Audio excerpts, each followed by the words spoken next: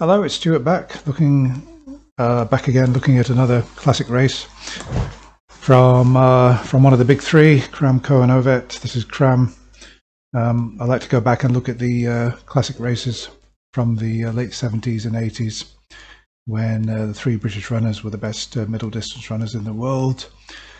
I lost interest in middle distance running from about maybe 1990 onwards, when records started tumbling ridiculously, and I've got doubts about the authenticity of those records. So for me, the big three, Cram, Coe, and Ovet, are still the best middle distance runners the world has ever seen.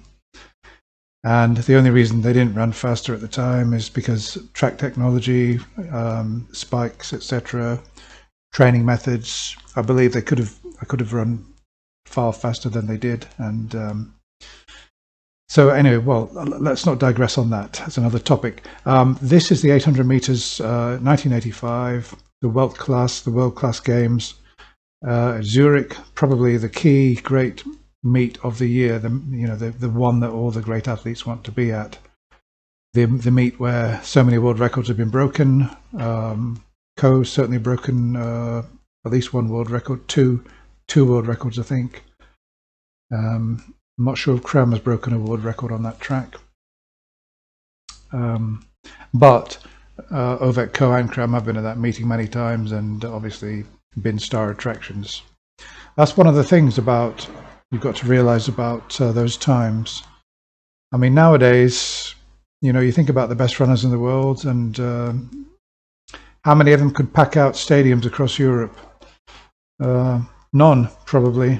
The way that these three athletes could in the 80s. There was so much excitement about them, particularly Coe and Ovet. Cram came a bit later. But let's look at this great race that Cram did in 1985. His best year, 1985. He'd taken the silver medal behind Coe at the Olympics in 84. He wasn't quite in the form to win that. Whether he could have beaten Coe in better form, I don't know. Coe was in exceptional form for that final. But Cram was absolutely superlative in 1985. It was his year. It was the equivalent of the sort of 1981 that Coe and Ovet had, or say the 79 that Coe had.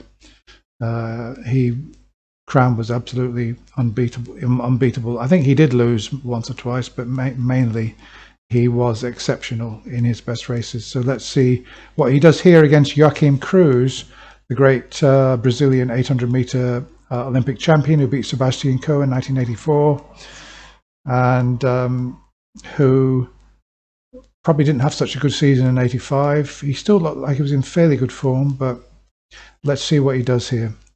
Steve Cram, who's had such a marvellous season, and the Olympic champion Joachim Cruz, who was #1 in the world as well as Olympic champion last year. There's Joachim Cruz, the giant Brazilian. Now Cruz has already been beaten by Cram in 85 by the time this race rolled around. He lost to him in Nice in the 1500 meter world record that Cram set, first man under 3 minutes 30. Absolutely astonishing race, unbelievable quality race between him and Saïd Iwita in the best form of his life. Obviously he broke Cram's world record not long after that great night in Nice, but I'm going to be doing that race. That was an absolute amazing race. So the stadium is absolutely packed, as you would expect. I never went, unfortunately.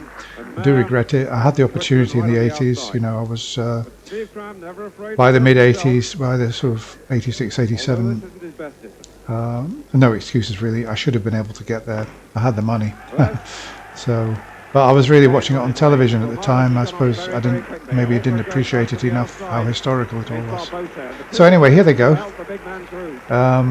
They've gone off. Where's Cram? Cram is kind of sort of halfway in the middle of the pack. He's trying to get into good position at this stage. Cruz tends to run near the front. He's got those elbows which are flaying out all the time. I never really like the look of it. Never really liked Cruz's style, but you can't argue with what he's done. He's run. He was he ran 141.75, I believe, just outside Coe's world record in 1984, I think it was. At this meeting, I believe, almost broke his world record. So very fast, 50.6. You'd expect it to be around 142, 143 off a time like that with these runners. So Cruz is looking good here, actually. I mean, similar to how he was in the 84 final with Coe, he was at this point, and when they hit the straight in LA, he went, and there was just nothing that could stop him. His finish was just too powerful.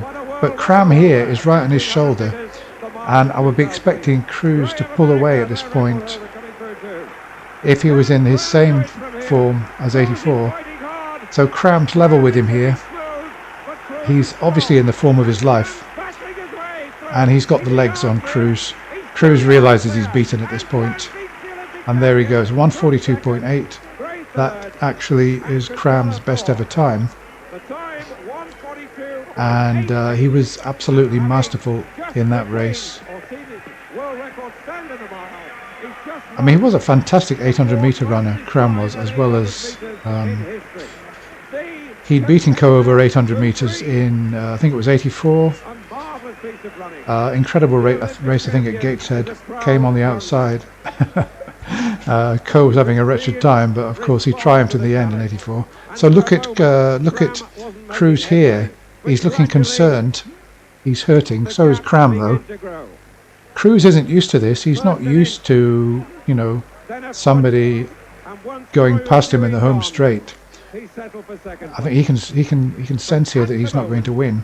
Cram's just got the legs on him, and Cram's looking, he's starting to smile, I think, as he realizes he's got this one in the bag. And Cruz is just beaten. He still run around 143 though, which is a similar time to, it's the same, well, he ran 143 in the LA final, and you know, he's run 143 here, so you can't really you know, you can't really say he wasn't in good form. He was in good form, probably not quite in the form that he was in 84 when he ran that 141.75. Although that was obviously outright world record attempt, and he had assistance. It wasn't like the race where Coe did it, and you know, he virtually front ran. I mean, he was on his own. He was 40-50 meters ahead for almost 400 meters. So yeah, I thought you might enjoy that. It's I mean, it was good to see Cram doing to Cruz probably what Coe should have done to him. I'll review the Coe race, the 84 race against Cruz, the final in LA, another time, and we'll try to figure out whether Coe could have won that. Some people think he could have won it, or at least it could have been a lot closer at any rate, but that's another debate for another time. So there we are, Steve Cram beating there Joachim Cruz, running the fastest 800 of his life. He never beat that time again, although he came close to it. And yeah, a very memorable night. So thanks for being with me, and thanks for watching that with me. I'll see you again soon.